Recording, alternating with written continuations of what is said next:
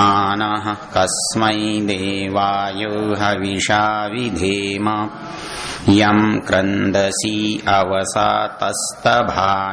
अभ्यैक्षेतां मनसा रेजमाने यत्राधिसूर उदितो विभाति कस्मै देवाय हविषा आपोह यद्बृहतिर्विश्वमायन् गर्भं दधाना जनयन्तिरग्निं ततो देवानां समवर्ततासुरेकः कस्मै देवाय हविषा विधेम यश्चिदापो महिना पर्यपश्यद्दक्षं दधाना जनयन्तिर्यज्ञं यो देवेष्वधिदेव एक आसीत् कस्मै देवाय हविषा विधेम मानो हिंसि जनिता यः पृथिव्या यो वा दिवं सत्यधर्मा जजान यश्चापश्चन्द्रा बृहतिर्जजान कस्मै देवाय हविषा विधेम प्रजापतेन त्वदेतान्यन्यो विश्वा जातानि परिता बभूव यत्कामास्ते जुहुमस्तन्नो अस्तु वयं स्याम पतयोरयीणाम्। तो एक ये 10वां मंत्र ऐसा है जिसमें कस्मै देवाय हविषा विधेम पद नहीं है, लेकिन सारे जो 9 मंत्र हैं उनका इसमें परिणाम, भाई ये सब है तो होना क्या, करना क्या इस सबको जानने के बाद। तो यदि आप इस पर विचार करके देखो तो ये मंत्र आपका बहुत अच्छा याद किया हुआ है और इसकी एक शब्द थोड़ा विचित्र लगा करता है। वह किसी को तिरस्कार नहीं करता है, कुछ वाक्य जैसा प्रयोग हम करते हैं वैसा नहीं लगता। वो लगता क्यों नहीं? यहाँ लिखा है प्रजापते न त्वदेता अन्योन्यो विश्वा जातानि परिता बभूव। तो इसका जब शाब्दिक अर्थ करते हैं तो वैसा ही होता है, कोई आपको तिरस्कृत नहीं करता है, कोई आपको तिरस्कृत नहीं करता है, ये तो मानवीकरण लगता है। तो इसका भौतिक पदार्थों से क्या संबंध बनेगा कि कोई आपको तिरस्कृत नहीं करता है? मतलब यहां से ये कोई ये पत्थर मुझे तिरस्कृत नहीं करता है, इसका क्या मतलब हुआ? तो ये कहता है कि जितना जो कुछ ऊपर बताया ये सब का सब क्या है, उसकी दायरे से, उसकी सीमा से बाहर नहीं है। जो कुछ है वो सब उसके प्रशासन में है, उसके नियमों में है, और इसलिए वो क्या है, यह संबोधन है उसका प्रजापति। वो सब अच्छा, प्रजा शब्द भी ऐसा है, केवल चेतन के लिए नहीं आता हो, सबके लिए आएगा, क्योंकि जो जो भी जायते उत्पन्न होता है। प्रजा को प्रजा क्यों कहते हैं? प्रजायते, उत्पन्न होती। संस्कृत के शब्दावली में एक सबसे अच्छी बात क्या है कि आप मूल शब्द को पकड़ लें तो अर्थ भी वहीं मिल जाएगा। तो प्रजा को प्रजा क्यों कहते हैं? बोले प्रकृष्ट तरह जायते इति प्रजा, जो उत्पन्न होने वाली है उसको प्रजा कहते हैं। अब उत्पन्न होने वाली चीज प्रजा है तो प्रजा का अर्थ केवल मनुष्य नहीं होगा, प्रजा का अर्थ केवल पशु नहीं होगा, वहां तो प्रजा का अर्थ कुछ भी होगा जो भी पैदा हो रहा है, हो सकता है। और इसके कारण एक और विचित्र बात क्या होती है कि पिता कहते हमें ऐसा याद आता है जिसने हमें उत्पन्न किया है, लेकिन वेद में जब दुहितुर गर्भमाधात ये मंत्र पढ़ा तो लोगों ने कहा जी देखो यहाँ के लोग तो लड़की से भी शादी कर लेते थे, क्योंकि वेद में आया है दुहितुर गर्भमाधात। दुहिता लड़की को कहते हैं कि दुहिता को में गर्भ का धारण कराया। तो इसका मतलब यह है कि ये वैदिक लोग, इनका कोई नियम धर्म था नहीं, ये तो कुछ भी कर लेते थे, कुछ भी मान लेते थे। लेकिन वहां प्रसंग क्या है?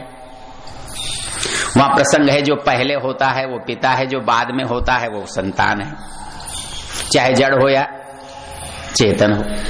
तो है क्या कि सूर्य जो है वो उषा के बाद उत्पन्न होता है, तो उषा उसकी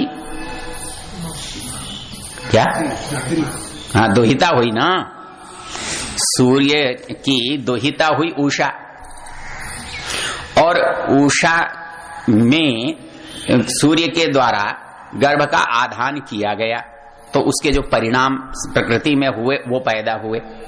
अब इस प्रक्रिया को आप लौकिक अर्थों में ले जाएंगे तो कैसे बनेगा? तो इसलिए जो भी वेद के जो शब्द है ना, उन वेद के शब्दों को लौकिक अर्थों से नहीं जोड़ा जाना चाहिए, जोड़ा नहीं भी जा सकता, क्योंकि आप जोड़ेंगे तो गलती कर देंगे। और जितना भी ऐसा उदाहरण मिलेगा वो सहज ऐसा मिलेगा कि हर जो संज्ञा है वो क्रिया के कारण उसकी वाचक है, रूढ़ी के कारण उसकी वाचक नहीं है। रूढ़ी के कारण तो लोक में वाचक है, लोक में वो शब्द उस अर्थ में उस व्यक्ति के रूप में प्रचलित हो गया तो हम उसका वो अर्थ लगते हैं।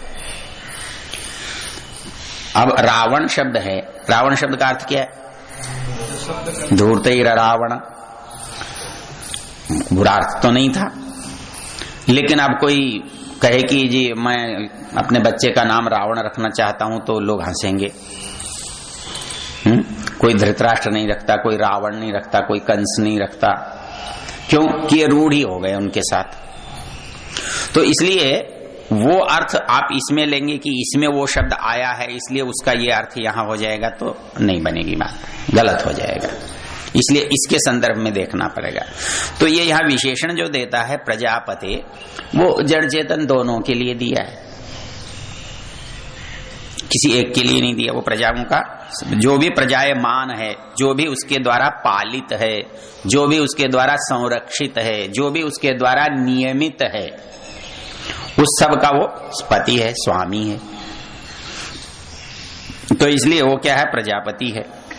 कहता है त्वत अन्य, त्वत्ता भिन्न, मतलब आप सत्ता के रूप में देखें तो कहता है कि यहां किसी दो की सत्ता नहीं दिखाई देती, यहां तो सत्ता एक की दिखाई देती है। त्वत अन्य न, तेरे अतिरिक्त इस सब पर शासन करने वाला, नियम बनाने वाला, नियम में चलाने वाला दूसरा कोई है ही नहीं।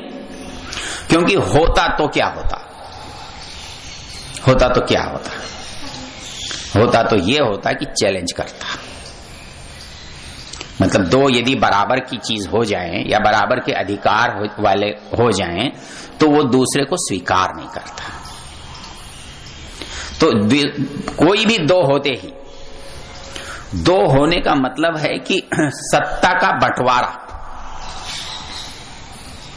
अधिकार का विभाजन, और जब अधिकार का विभाजन होता है तो एक दूसरे के अधिकार को नहीं मानेगा, तभी तो दूसरे का अधिकार बनेगा, नहीं तो दूसरे का अधिकार ही नहीं बनेगा। यदि वो कहे जी जैसा तुम कहो वैसा ही मैं कर लूंगा, तो लड़ाई कब होती है?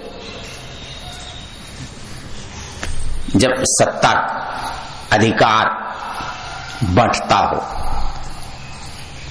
अधिकार ही नहीं बंटता तो कोई कैसे लड़ेगा? कोई लड़ने आ भी जाए, वो कहे जी मैं तुमसे लड़ूंगा, तो बोले अच्छा जी, बोले तुमने मुझे गाली दी, बोले गलती हो गई जी, क्या लड़ोगे? एक बार रोचक बात क्या हुई, एक लड़का हमारे यहाँ नकल कर रहा था, उसको मैंने पकड़ लिया, उसका केस बन गया। तो उसको गुस्सा आया तो मैं पुस्तकालय में बैठा था और वो एक चाकू लेकर आया और उसने टेबल में चाकू गाड़ा। मैं कुर्सी पर बैठा था, वो टेबल पर बैठा और उसने मुझे गाली देनी शुरू की। लगभग 15 मिनट तक देता रहा, मैं चुप बैठा रहा। फिर बोला हालांकि कुछ बोलता ही नहीं है, कह के चला गया। दूसरे ने कहा तूने कुछ किया क्यों नहीं? बोले कुछ करने का मौका ही नहीं था। मेरे से पूछा तुमने कुछ क्यों नहीं किया? मैंने कहा मैं तो अपना पहले कर चुका था, अब मेरे करने का नंबर नहीं था। अब तो उसके करने की बारी थी, मेरे करने की बारी नहीं थी। उसने जो कुछ किया वो ठीक किया। तो विवाद पैदा कब हो? जब दो अलग अलग केंद्र हों, समानता विरोध कुछ तो होता है ना। लेकिन वो कहता है संसार में एक भी वस्तु ऐसी नहीं है जो उसके साथ समानता की बात करती है। यहां तो सब उसके अधीन चलते हैं, उसके नियम में चलते हैं, उसके नियम को मानकर चल रहे हैं, तो कोई तिरस्कार करने की बात कैसे करेगा? तो ये कहता है ता एतानी विश्वा जातानी न परिबभूव। परिबभूव मतलब परिबभूव शब्द सामान्य रूप से परि का अर्थ होता है सबोर से। वैसे ये शब्द मतलब इसका प्रयोग जैसा हिंदी में विचित्र लगता है वैसा संस्कृत में भी विचित्र लगता है, लेकिन वैदिक प्रयोग है। तो कहता है कि विश्वानी जातानी, जितने दुनिया में हुए हैं समस्त जातानी, कहता है न परिबभूव, उससे ऊंचा कुछ नहीं है। मतलब कहीं तो परिबभूव तो तब होगा ना जब वो कहीं छोटा पड़ जाए, कहीं कमजोर पड़ जाए, कहीं दब जाए। बोले दबा ही नहीं, मतलब उसे कोई दबा नहीं सकता। परिबभूव का सीधा सा मतलब है कि उसको कोई दबाकर ऊपर नहीं आ सकता, उसके नियम का विरोध करके कोई अपने को स्थापित नहीं कर सकता। तो इसलिए कहता है न परिबभूव, कोई उसे तिरस्कृत नहीं कर सकता, उसे अपमानित नहीं कर सकता। अपमानित कब होता है? जब कोई बात मैं कहूं और वो बात मानी न जाए, उसका विरोध हो, उसकी स्वीकृति न हो, उस पर प्रक्रिया न हो, तो ये क्या है? तिरस्कार है। तो क्या दुनिया में कोई ऐसी चीज हो सकती है जो उसका तिरस्कार करने का सामर्थ्य रखे? न परिबभूव, किसी में ये दम नहीं है कि वो उसको दबा दे, उसकी बात को न माने। तो इसलिए क्या करना चाहिए? अपने को भी मान लेना चाहिए ना, और क्या करोगे? जब सभी मानते हैं, मानने योग्य है, कोई भी उसको तिरस्कृत नहीं कर सकता, चैलेंज नहीं कर सकता, तो अपने को क्या करना? हमको भी उसे स्वीकार करना। तो क्या होगा? यत् कामास्ते जुहुम, जो कुछ है उसके हवाले कर दो। जुहुम या मांगने जैसा प्रयोग नहीं किया। कामनाओं का सामान्य रूप से मांगने से संबंध होता है। मेरी इच्छा है तुम मुझे दो, ऐसे तो नहीं है। कहता मेरी इच्छाओं को तो मैं तेरे अंदर आहुति दे देता हूं, जो हूं। अब आहुति दे दी तो फिर क्या होगा? देना, नहीं देना, कम देना, अधिक देना, ये उसकी इच्छा हो गई, उस पर छूट गया। तो इसलिए वो कहता है यत् कामास्ते जुहुम, यत् कामास्ते जुहुम, ये कामा येषां ते तुभ्यम स्वात्म भावम समर्पयेम। हम समर्पण के साथ आते हैं। मतलब इच्छा है, मैं अपने को अलग रखकर अपनी इच्छा व्यक्त करता हूं, तो ये इच्छा, प्रार्थना, निवेदन कुछ हो सकता है। लेकिन मैं अपने साथ अपनी इच्छाओं को उसके प्रति अर्पित कर देता हूं, फिर इच्छा क्या रह गई? वो नहीं देगा तो क्या मैं नाराज हो सकता हूं? तब तो मुझे ये लगेगा ये भी अच्छा ही किया होगा, ये तो, क्योंकि वो मेरे लिए गलत कर ही नहीं सकता। मैंने शायद आपको कभी बताया हो, मेरा झगड़ा कॉलेज वालों से चल रहा था, तो पेशी से मैं बाहर निकला तारीख से। एक मेरे मित्र गवर्नमेंट कॉलेज में रसायन शास्त्र के प्रोफेसर थे मित्तल, वो सब्जी खरीद रहे थे। वो सब्जी खरीद रहे थे तो मुझे देखकर, क्योंकि वो मेरे मित्र के मित्र थे इसलिए मेरे भी मित्र थे, कहने लगे कहाँ गया था? मैंने कहा तारीख पर गया था। बोले यार तू आरिस्मा जी हो, तुम झगड़े वगड़े बहुत करते रहते हो, लेकिन मैं तुमको एक उपाय बताता हूं। बोले तुम पर 7.5 चल रही है। मैंने कहा भाई ये 7.5 क्या होती है? मुझे तो आज तक नहीं पता लगा ये 7.5 होती क्या है। अच्छा खैर होती होगी, जो भी होती होगी। मैंने कहा ये मुझ पर ही चल रही है और इसके चलाने का अधिकार मेरे दुश्मन को है कि भगवान को है? तो बोला यार तुम्हारे समझों को समझाना बड़ा मुश्किल होता है। तो बोला अच्छा चल। मैंने कहा फिर? बोले फिर भी मेरी एक बात सुनो। मैंने सुना। बोले मैं तुझे ऐसा उपाय बता सकता हूं कि जो तेरे आरिस्माजीपन में नुकसान भी नहीं हो और 7.5 का उपाय भी हो जाए। मैंने कहा अच्छा बता। वो बोले तू ऐसा कर, तू गायत्री मंत्र का जप किया कर। और ऐसा किया कर। मैंने कहा बिल्कुल नहीं करूं। बोले क्यों करूं? मैंने कहा तुम ये बताओ, 7.5 मेरी मर्जी से चली है, मेरे दुश्मन की मर्जी से चली है, या भगवान की मर्जी से चली है? यदि दुश्मन की मर्जी से चली है तो मेरी उसकी लड़ाई है, झगड़ाई कुछ नहीं। मेरी मर्जी से चली नहीं। अब आखिरी कौन बचा? भगवान की मर्जी से चली तो क्या वो मुझे जानता नहीं या पहचानता नहीं? मेरी जान पहचान नहीं है क्या? मैं जो सिफारिश कराऊं, सिफारिश तो मैं उससे कराऊं या जो मुझे जानता ना हो, हाँ? या मेरे प्रति उसका दुर्भाव हो। तो मैंने कहा भगवान का मेरे साथ दुर्भाव है या भगवान मुझे जानता पहचानता नहीं है? यदि वो चलाता ही है तो क्या वो मेरी सिफारिश को स्वीकार करके हटा देगा? तो बोला हटा, मत भगवान ही यदि उसका चलाने वाला है तो मैंने कहा मेरा प्रार्थना पत्र देना बेकार है।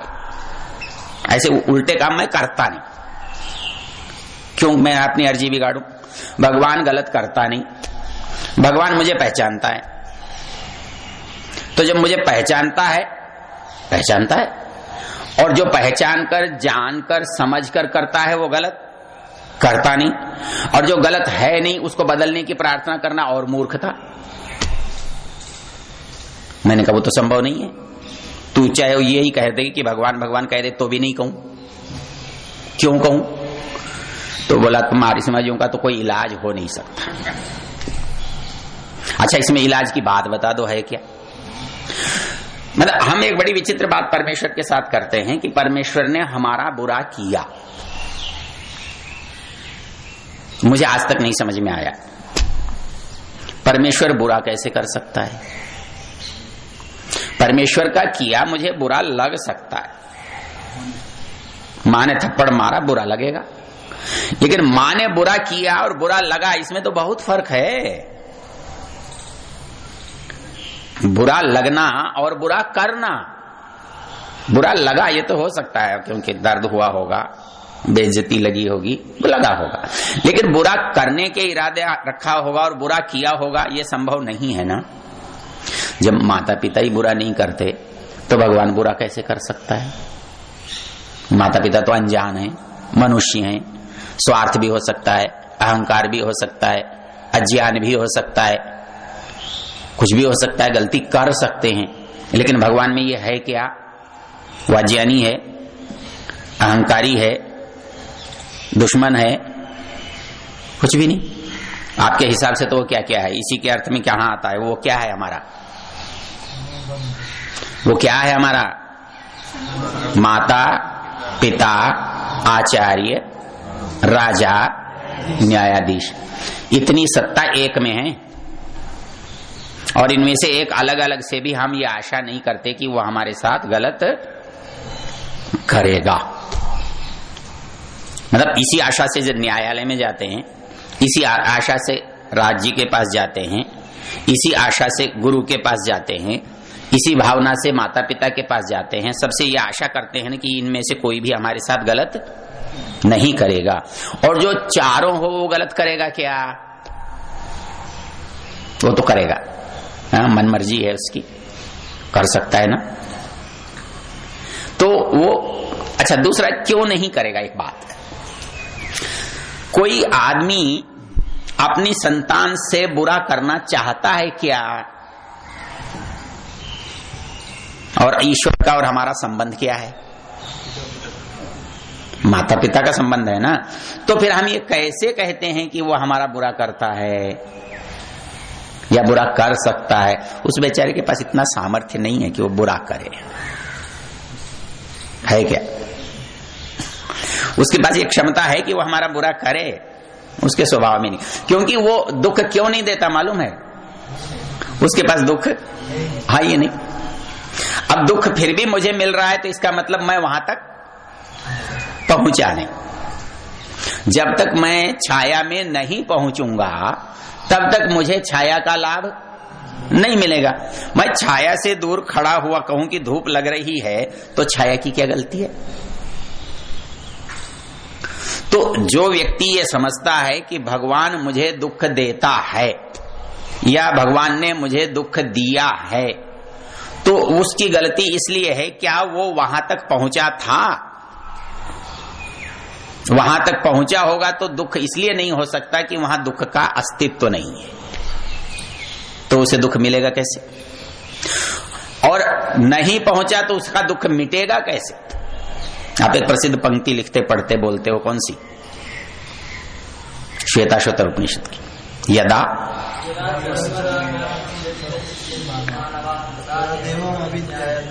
कितनी सुंदर पंक्ति है।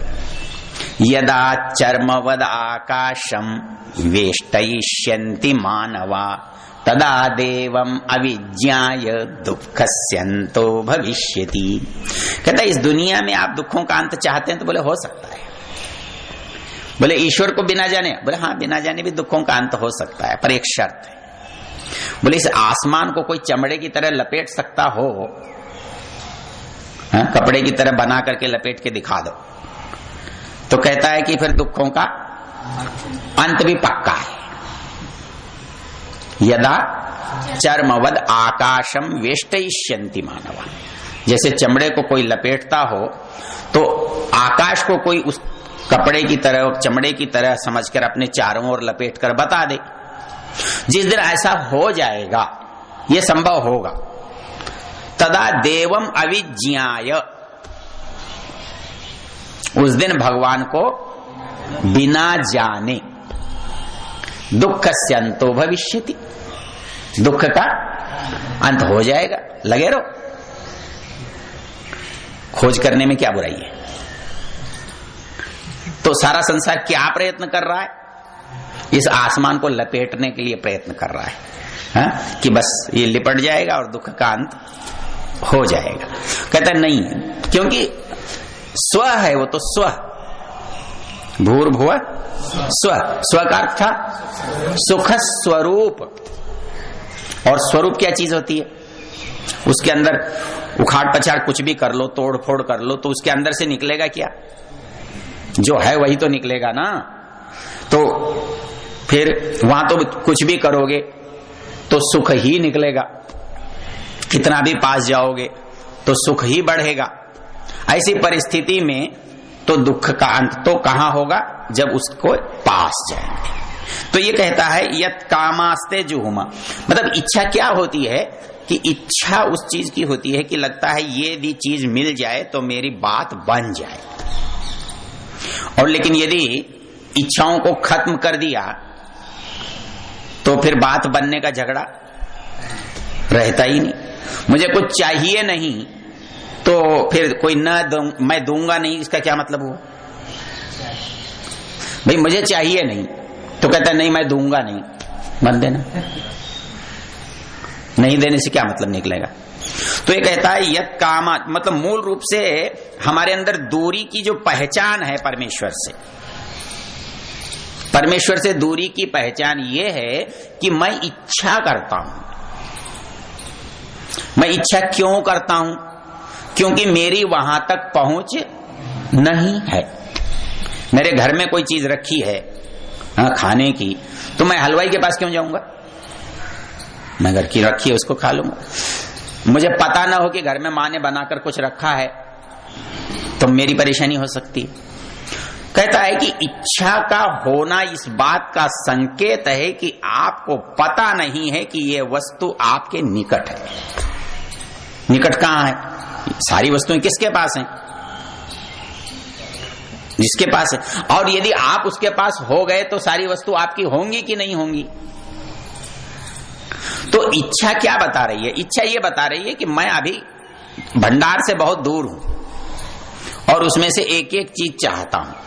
ये कहता है कि एक एक चीज का क्या करना है? भंडार की चाबी ले लेना और जो चाहे वो करता है। यत कामास्ते जुहुम, हम समस्त कामनाओं को ही तेरे ऊपर छोड़ देते हैं, समर्पित कर देते हैं। और फिर हम क्या हो जाएंगे? वयम श्याम पतयो रईना, ऐसे की गोद में चले गए जो स्वयं ही करोड़पति है, तो फिर हम क्या हो गए? रईणाम पतया, धनों के स्वामी हो गए। मतलब धनपति को पकड़ लिया तो धनों के स्वामी स्वतः हो जाएंगे ना।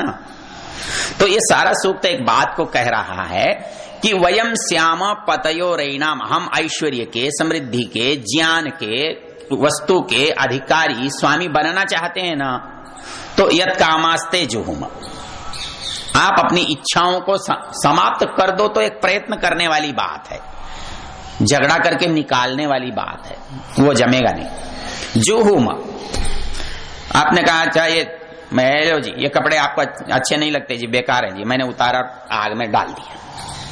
जुहुम, क्या आकर्षण हुआ इनसे मेरा, ये चीज मुझे कोई अपनी ओर खींच सकती है। यदि मैं कहूं कि इच्छाओं का दमन करूं तो मुझे प्रयत्न करना पड़ेगा, वो छूटना नहीं चाहेंगी और मैं छोड़ना चाहूंगा तो मुझे संघर्ष करना पड़ेगा। लेकिन मैं जब किसी चीज को जुहुमा में लेता हूं ना, तो मैं अनायास ही उसको फेंकने में रुचि रखता हूं, हटाने में रुचि रखता हूं, अपने से दूर करने में रुचि रखता हूं। तो कहता है यत् कामास्ते जुहुम, आज के बाद सारी जो इच्छाएं हैं ना वो हमने उसके टोकरे में डाल दी। फिर क्या हुआ, वयम श्यामा पतयो रैणाम, अब एक भी इच्छा नहीं रही तो सब कुछ हमारा, क्योंकि इच्छा में थोड़ा थोड़ा चाह रहे थे और इच्छा नहीं रही तो सब कुछ सहज हो गया। कुछ भी इच्छा है इसका मतलब हम ये कह रहे हैं कि इतना तो मुझे मिल जाए, बाकी तो मेरा नहीं है। जब मेरी इच्छा नहीं है तो इसका मतलब होता है कि जो कुछ है मेरा ही है, इसमें चाहने जैसी क्या बात है।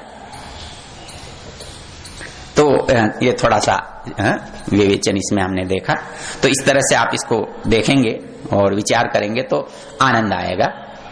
खाली शब्दावली से उतनी बात नहीं बनती जिस पर इतना थोड़ा सा मानसिक दृष्टि से, बौद्धिक दृष्टि से विश्लेषण करेंगे तो और अधिक अच्छा अर्थ और अच्छा भाव इसमें से स्पष्ट होगा। तो इन मंत्रों को आप स्मरण कीजिए। आपके पास सूक्त हो गए, पुरुष सूक्त हो गया, नासदीय सूक्त हो गया, श्रद्धा सूक्त हो गया, ज्ञान सूक्त हो गया, हिरण्यगर्भ सूक्त हो गया, 5 हो गए। अगली बार जब आप बैठेंगे तो वागम्भृणीय सूक्त लेंगे, इससे 2 सूक्त आगे, बस बीच में 1-2 सूक्त छोड़ के वागम्भृणीय सूक्त है, वो भी वाणी के महत्व के बारे में है, अच्छा है। क्या है कि परिचित 10-5 मंत्र तो हम सभी जानते हैं, लेकिन हम वेद के स्वाध्यायी हैं, वेद के स्वीकार करने वाले हैं, तो हमारे उपयोग में आने वाली कुछ अच्छी अच्छी सी बातें जो सहज भी हैं और हमारे लिए रोज काम भी आ सकती हैं, तो उनको जान लेने में क्या बुराई है। तो ये सूक्त आपको याद होने चाहिए और पूछा आपका मैं तब तक नहीं छोड़ूंगा जब तक आप याद कर नहीं लेंगे। ठीक है, चलिए धन्यवाद आपका बहुत। हाँ, कुछ कहना? हाँ, सूचना दीजिए। कल से निकटवर्ती ग्राम राजगढ़ में, यहाँ से 22 किलोमीटर है, पारायण का संपादन होने जा रहा है। आचार्य मंत्री के ब्रह्मा होंगे, जो लोग भी पहुंच सके कल 17 तारीख से 21 तारीख को पूर्ण होगी।